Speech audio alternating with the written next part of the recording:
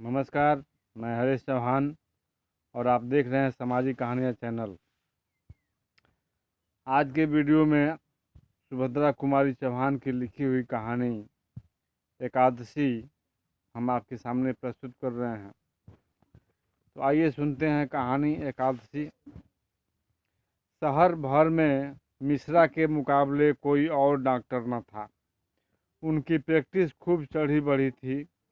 तेजस्वी हाथ के साथ वे बड़े विनोद प्रिय, मिलनसार और उदार भी थे। उनकी प्रसन्न मुख और उनकी ऊर्जा जनित बातें मुर्दों में जान डाल देती थी। रोता हुआ रोगी भी हंसने लगता था। रोगी के साथ इतनी घनिष्ठता दिखलाते कि जैसे बहुत निकट संबंधी या मित्र हों। कभी कभी तो बीमार की उदासी दूर करने के लिए, उसके हृदय में विश्वास और आशा का संचार करने के लिए रोगी के पास घंटों बैठकर न जाने कहाँ कहाँ की बातें किया करते। इन्हें बच्चों से भी विशेष प्रेम था।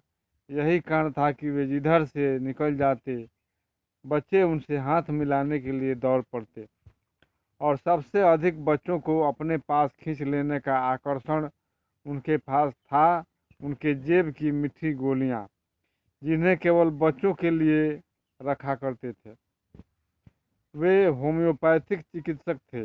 बच्चे उनसे मिलकर बिना दवा खाए मानते ही न थे, इसलिए उन्हें सदा अपने जेब में बिना दवा की गोलियां रखनी पड़ती थी।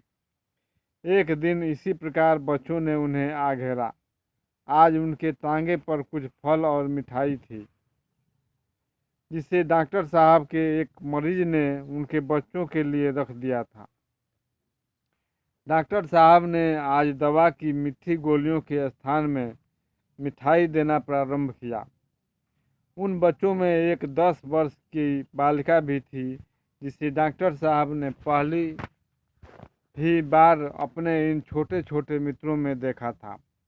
बालिका की मुखाकृति और विशेषकर आंखों में एक ऐसी भोली और चुभती हुई मोहकता थी कि उसे स्मरण रखने के लिए उसके मुंह की ओर दूसरी बार देखने की आवश्यकता न थी। दूसरे बच्चों की तरह डॉक्टर साहब ने उसे भी मिठाई देने के लिए हाथ बढ़ाया, किंतु बालिका ने कुछ लज्जा और संकोच के साथ सिमट कर सिर हिलाते हुए मिठाई लेने से इनकार कर दिया। यह बात जरा विचित्र सी थी कि बालक और मिठाई न ले। डॉक्टर ने एक की जगह 2 लड्डू देते हुए उससे फिर बड़े प्रेम के साथ लेने के लिए आग्रह किया। बालिका ने फिर सिर हिलाकर अस्वीकृत की सूचना दी। तब डॉक्टर साहब ने पूछा, क्यों बिटिया, मिठाई क्यों नहीं लेती? आज एकादशी है, आज भी कोई मिठाई खाता है? डॉक्टर साहब हंस पड़े और बोले, यह इतने बच्चे खा रहे हैं सो आदमी खा सकते हैं, औरतें नहीं खाती। हमारी दादी कहती हैं कि हमें एकादशी के दिन अन्न नहीं खाना चाहिए। तो तुम एकादशी करती हो? हाँ, क्यों नहीं। हमारी दादी कहती हैं कि हमें नेम धर्म से रहना चाहिए। डॉक्टर साहब ने दिन में बहुत से रोगी देखे, बहुत से बच्चों से प्यार किया और संभवतः वह दिन भर बालिका को भूले भी रहे।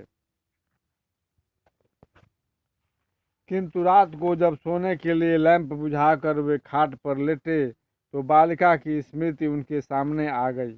वह लज्जा और संकोच भरी आंख, वह भोला किंतु दृढ़ निश्चयी चेहरा, वह मिठाई न लेने की अस्वीकृति का चित्र उनकी आंखों के सामने खिंच गया।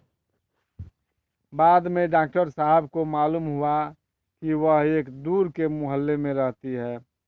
उसका पिता एक गरीब ब्राह्मण है, जो वहीं किसी मंदिर में पुजारी का काम करता है। अभी 2 वर्ष हुए जब बालिका का विवाह हुआ था, और विवाह के 6 महीने बाद ही वह विधवा हो गई थी। विधवा होते ही पुरानी प्रथा के अनुसार उसके बाल काट दिए गए थे। यही कारण था कि उसका सिर मुंडा हुआ था। उस परिवार में 2 विधवाएं थीं, एक तो पुजारी की बूढ़ी माँ, दूसरी यह अभागिन बालिका। एक का जीवन अंधकारपूर्ण भूतकाल था, जिसमें कुछ सुख स्मृतियाँ धुंधली तारिकाओं की तरह चमक रही थीं। दूसरी के जीवन में था अंधकारपूर्ण भविष्य, परंतु संतोष इतना ही था कि वह बालिका अभी इससे अपरिचित थी।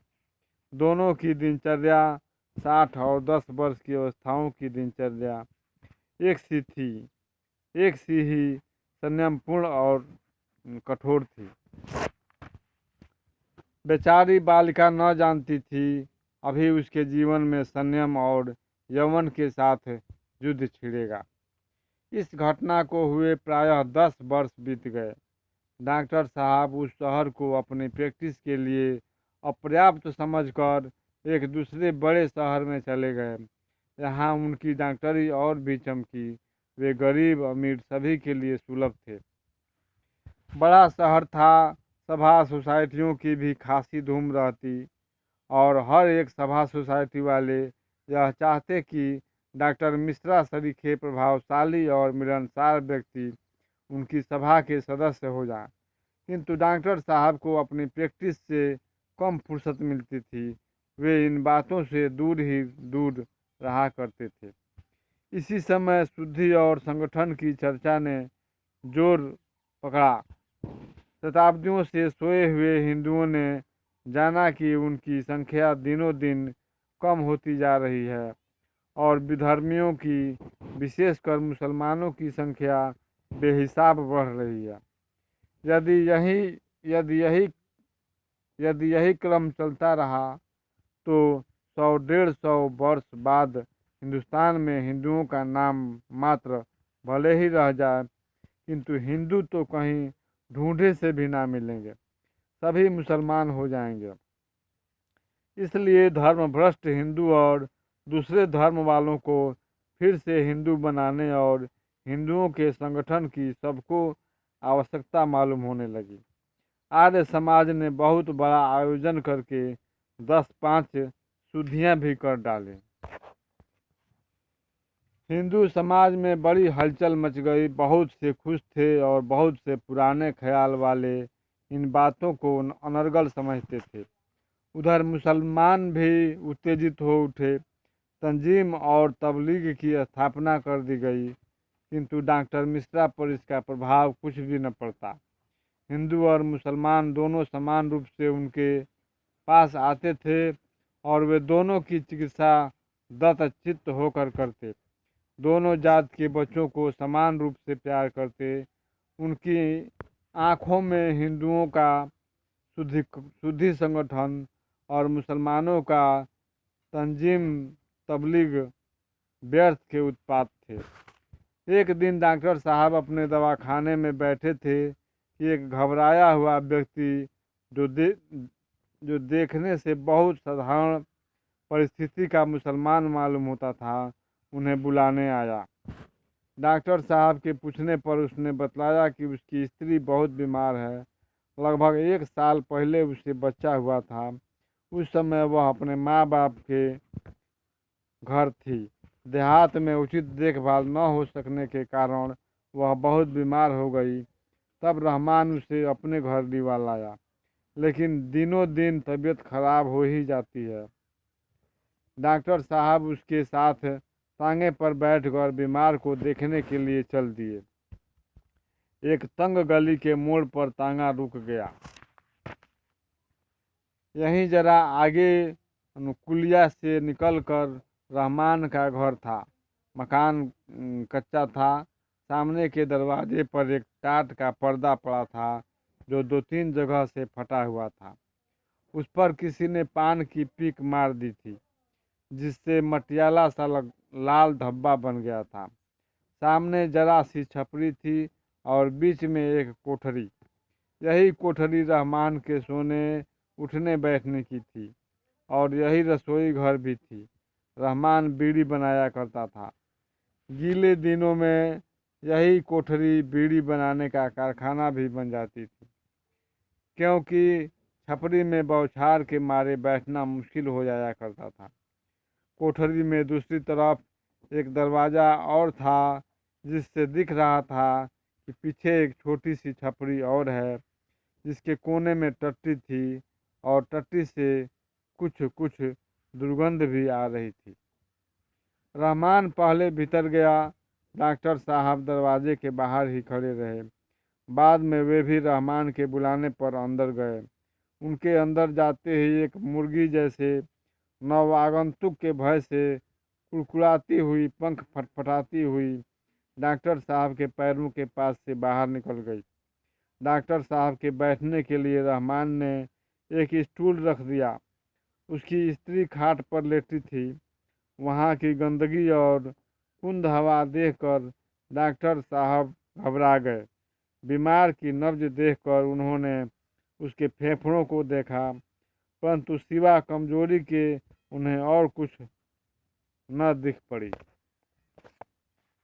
वे बोले, इन्हें कोई बीमारी तो नहीं है, यह सिर्फ बहुत ज़्यादा कमज़ोर हैं। आप इन्हें शोरबा देते हैं? रहमान, शोरबा जब यह लें तब ना, मैं तो कह कह के तंग आ गया हूँ। यह कुछ खाती ही नहीं, दूध और साबूदाना खाती हैं, उससे कहीं ताकत आती है? क्यों? डॉक्टर साहब ने पूछा। क्या इन्हें शोरबे से परहेज है? रहमान, परहेज क्या होगा डॉक्टर साहब, कहती हैं कि हमें हजम ही नहीं होता। डॉक्टर साहब ने हंसकर कहा, वाह, हजम कैसे नहीं होगा, हम तो कहते हैं सब हजम होगा।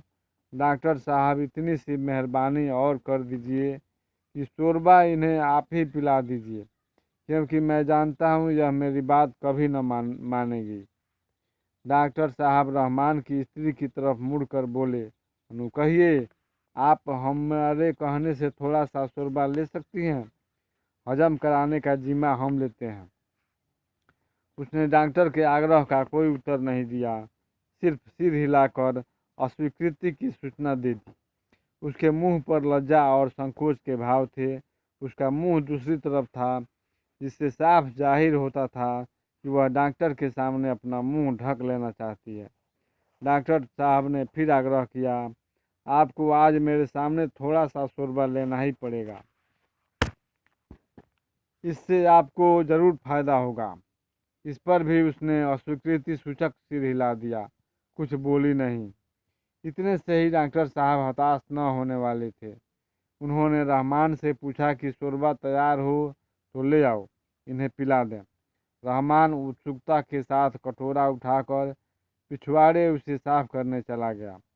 इसी अवसर पर उसकी पत्नी ने आंखें उठाकर अत्यंत कातर दृष्टि से डॉक्टर साहब की ओर देखते हुए कहा, डॉक्टर साहब, मुझे माफ़ करें, मैं शोरबा नहीं ले सकती। स्वर कुछ परिचित सा था और आंखों में एक विशेष चितवन, जिससे डॉक्टर साहब कुछ चकराए। एक धुंधली सी स्मृति उनकी आंखों के सामने आ गई। उनके मुंह से अपने आप ही निकल गया, क्यों? छलकते हुए आंखों से स्त्री ने जवाब दिया, आज एकादशी है। डॉक्टर साहब चौंक उठे, विस्फारित नेत्रों से उसकी ओर देखते रह गए। उसी दिन से डॉक्टर मिश्रा भी शुद्धि और संगठन के पक्षपाती हो गए। अभी आप सुन रहे थे सुभद्रा कुमारी चौहान की लिखी कहानी एकादशी। यह वीडियो आपको कैसा लगा कमेंट में ज़रूर लिखिएगा, और वीडियो पसंद आने पर हमारे चैनल को जरूर सब्सक्राइब कीजिएगा, वीडियो को लाइक और शेयर कीजिएगा। धन्यवाद।